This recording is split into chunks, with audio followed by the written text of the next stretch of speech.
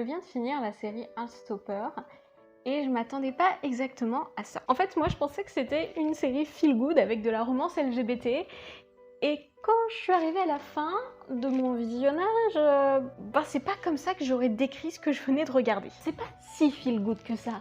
Genre je dirais pas que moi ça m'a mis giga bien de regarder cette série. Pour ceux qui ne me connaîtraient pas, je m'appelle Ophélie Hortebise. Sur cette chaîne YouTube, je parle principalement de ma passion pour l'écriture, de mon aventure avec l'édition et sur Wattpad, mais je parle aussi des livres, des séries, des films que j'aime en essayant un petit peu de les analyser. Et aujourd'hui, je vous propose justement une petite analyse suivie de mon avis sur la série Heartstopper.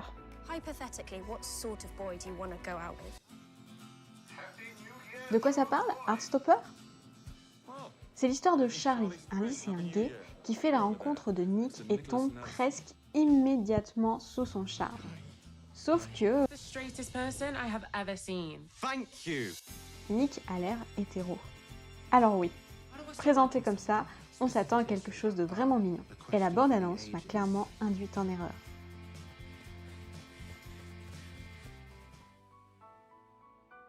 Pourquoi est-ce que moi je dirais que Heartstopper c'est pas vraiment une histoire d'amour? C'est pas parce que il n'y a pas de romance. Bien sûr qu'il y a une relation amoureuse centrale entre les deux personnages principaux, évidemment.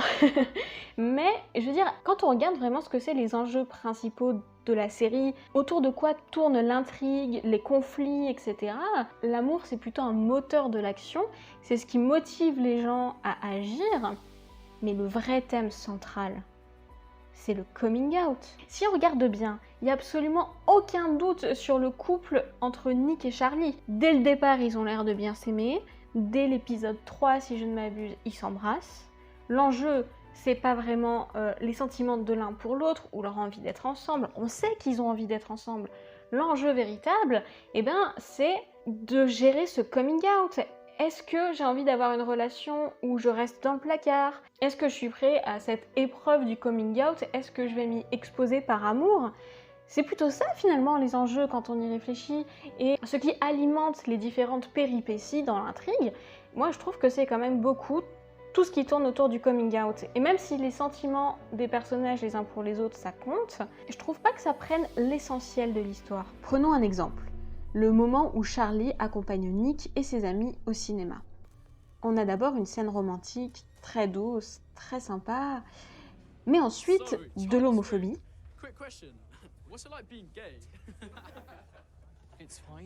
de la jalousie, des paroles cruelles et même une bagarre.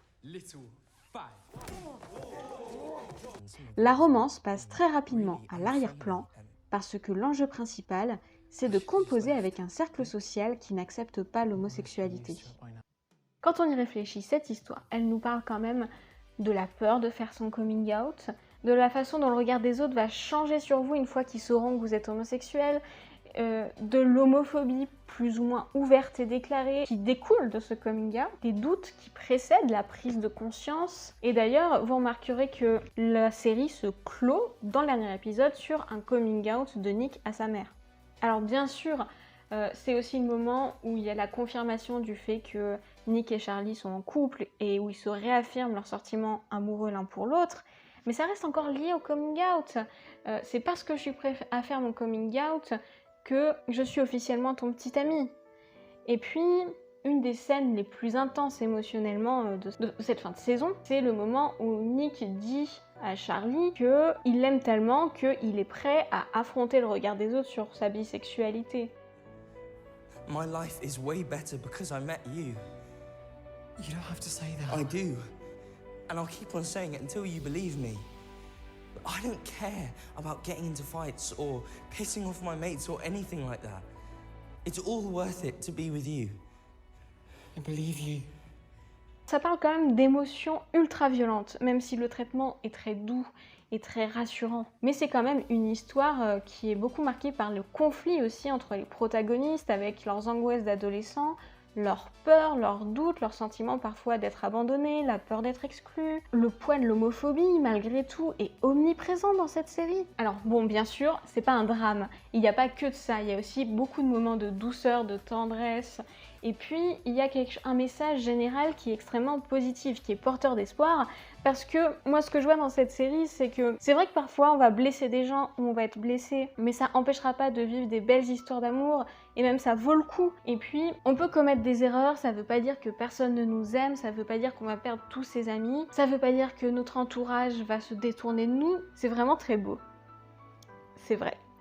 Mais c'est intense, quoi. Moi, personnellement, quand j'ai regardé cette série, j'ai revécu mon adolescence. Alors, j'ai 28 ans. Ça date maintenant, vous imaginez. Ça m'a fait beaucoup réfléchir à moi, ma propre identité en tant que bisexuelle, et les choix que j'ai faits, le parcours que j'ai eu. Moi, j'ai grandi dans un environnement dans lequel l'homosexualité n'existait pas.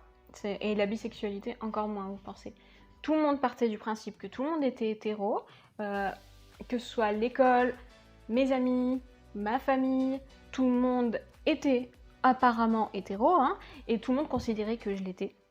Et évidemment que c'était pas le cas, tout le monde n'était pas hétéro, mais quand on n'est pas hétéro, eh bien, soit on a des doutes, on n'arrive pas à vraiment comprendre et définir son identité parce que on manque quand même un petit peu de référence, ou bien je pense qu'il y a des gens qui n'avaient pas de doute, mais ils ont maintenu cette situation secrète parce qu'ils avaient peur, en fait, des réactions de leur entourage. On n'était même pas capable d'arriver au point de départ de la série Heartstopper. Faire des coming out, c'était même pas un truc envisageable. Déjà, il fallait comprendre qui on était, et on n'y arrivait pas.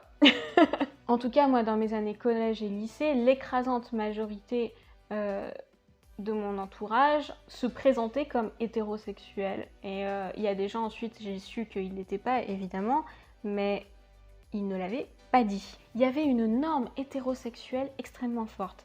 Ce qui fait que moi, dans ma période de construction, lorsque j'ai découvert l'amour, la séduction, etc., eh bien, je voyais que c'était extrêmement difficile de construire des relations homosexuelles et beaucoup plus facile d'avoir des relations hétéros. Et qu'en plus, j'avais absolument aucune référence à laquelle me rapporter. Et moi, regarder cette série, ça m'a rendue assez triste parce que ça m'a fait prendre conscience d'à quel point j'avais pas exploré cette partie-là de mon identité. Et évidemment, en même temps, je suis vraiment heureuse que cette série existe, que les adolescents d'aujourd'hui puissent la regarder parce que j'aurais adoré pouvoir voir une série comme ça, j'aurais adoré en voir plein, qu'il y ait plein de représentations qui ne soient pas des représentations cis-hétéros. J'aurais voulu qu'il y ait des choses qui contre l'évidence que personne ne questionnait, selon laquelle tout le monde était hétérosexuel. J'aurais voulu pouvoir me projeter, avoir des modèles un petit peu plus proches de moi, qui ne soient pas hétéros. L'homosexualité et la bisexualité, c'était des notions théoriques extrêmement lointaines. Et dans ce contexte, c'est extrêmement dur de s'y identifier. Maintenant, écoutez, je crois que pour moi, c'est foutu. Aujourd'hui, je vis avec un homme et tout mon entourage pense que je suis hétérosexuelle. Mais honnêtement, ça me fait plaisir que les ados d'aujourd'hui puissent regarder Heartstopper. Même si je trouve que cette série a des passages vraiment giga tristes et que moi, à titre personnel, je préfère regarder de la romance LGBT qui me donne pas envie de pleurer. Alors non, Heartstopper n'est pas une gentille romance feel-good. En dépit de toute sa douceur, elle nous parle de ce qui empêche les ados LGBT de vivre sereinement leur première histoire d'amour. De ce qui nous a retenus, mes amis et moi, il y a une dizaine d'années. Elle aborde avec délicatesse les déchirements qui accompagnent la découverte de son identité. Le vertige du coming out, la violence du regard des autres, l'homophobie et les erreurs qu'on commet parfois soi-même pour se protéger. Elle ne cache pas qu'être lesbienne, gay, bi ou trans, c'est une épreuve de plus à surmonter pour des adolescents. C'est de ça qu'elle parle, avant tout le reste, avant même de nous offrir à rêver autour d'une parfaite histoire d'amour.